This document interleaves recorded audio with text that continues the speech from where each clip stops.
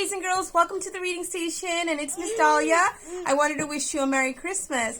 I actually thought I had done all of the Christmas stories that are inside of my bookshelf, and I came to realize that I forgot one, and it's actually How the Grinch Stole Christmas by Dr. Seuss.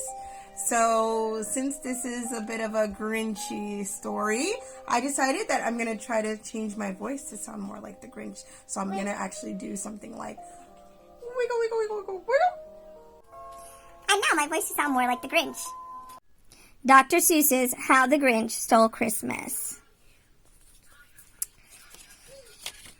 How the Grinch Stole Christmas. Every Who down in Whoville liked Christmas a lot. But the Grinch who lived just north of Whoville did not. The Grinch hated Christmas, the whole Christmas season. Now please don't ask why. No one quite knows the reason. It could be his head wasn't screwed on just right. It could be perhaps that his shoes were too tight. But I think that the most likely reason of all may have been that his heart was 2 sizes too small. But whatever the reason, his heart or his shoes, he stood there on Christmas Eve, hating the Who's, staring down from his cave with a sour, Grinchy frown at the warm lighted windows below in their town. For he knew every Who down in Whoville beneath was busy now, hanging a mistletoe wreath. And they're hanging their stockings, he snarled with a sneer. Tomorrow is Christmas, it's practically here. Then he growled with his Grinch fingers nervously drumming. I must find some way to stop Christmas from coming. For tomorrow, he knew,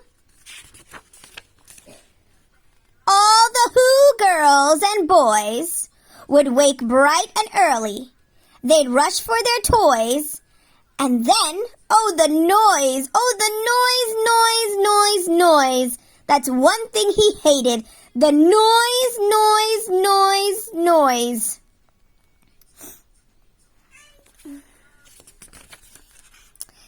Then the Who's, young and old, would sit down to a feast. And they'd feast, and they'd feast, and they'd feast.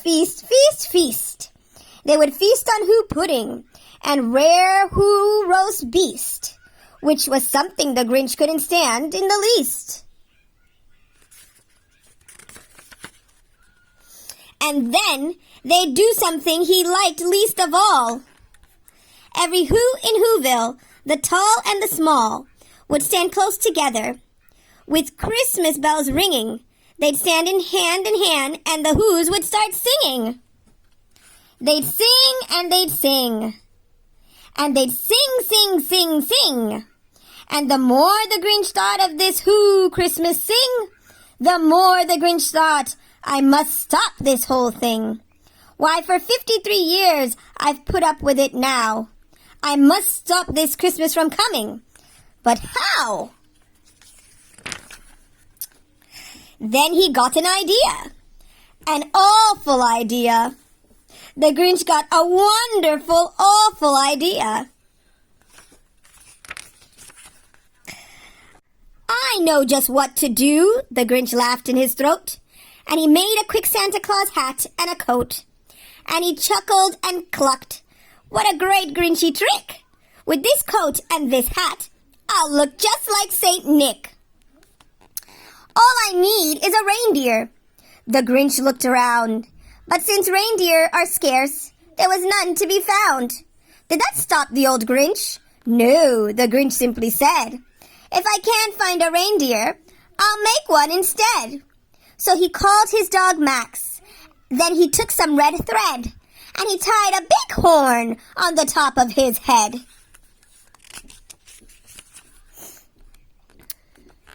Then he loaded some bags and some old empty sacks on a ramshackle sleigh, and he hitched up old Max. Then the Grinch said, get up, and the sleigh started down towards the homes where the Who's lay a snooze in their town. All their windows were dark. Quite snow filled the air. All the Whos were all dreaming sweet dreams without care.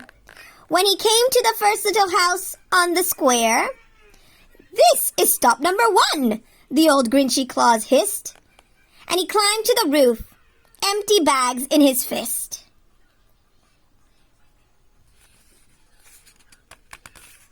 Let's turn the page.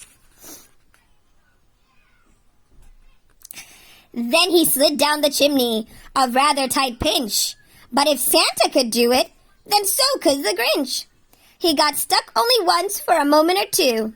Then he stuck his head out of the fireplace, flew, where the little Who stockings all hung in a row. These stockings, he grinned, are the first to go.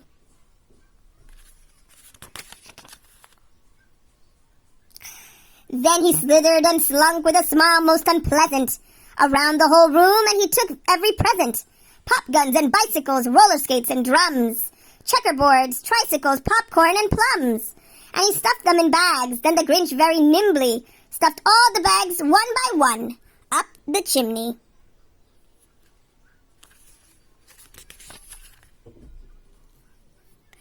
Then he slunk to the icebox. He took the Who's feast. He took the Who pudding. He took the roast beast. He cleaned out that icebox as quick as a flash. Why, that Grinch even took their last can of Who hash.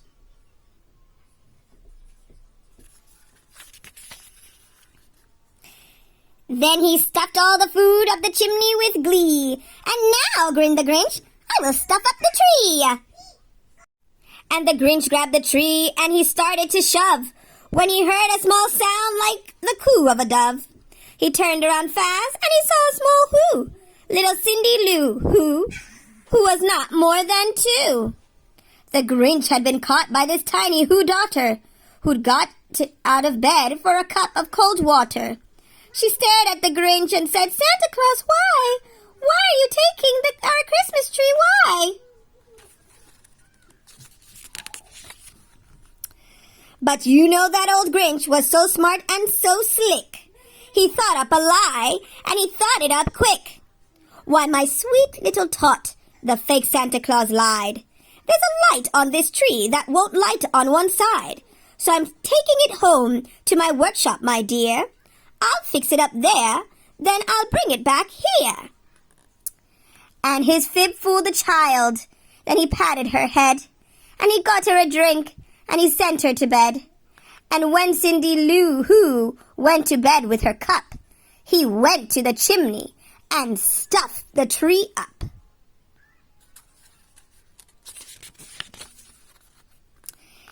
Then the last thing he took was the log for their fire.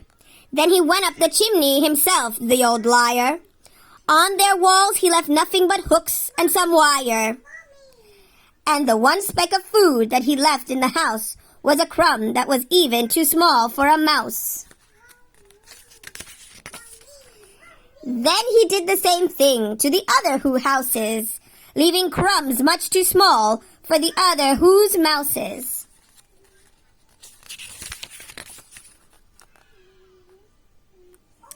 It was 15:15 dawn, all the Who's still abed, all the Who's still a snooze, when he packed up his sled. Packed it up with their presents, the ribbons, the wrappings, the tags and the tinsel, the trimmings, the trappings. 3,000 feet up, the side of Mount Crumpet, he rode with his load to the tip-top to dump it. Pooh-pooh to the Who's, he was grinchishly humming. They're finding out now that no Christmas is coming.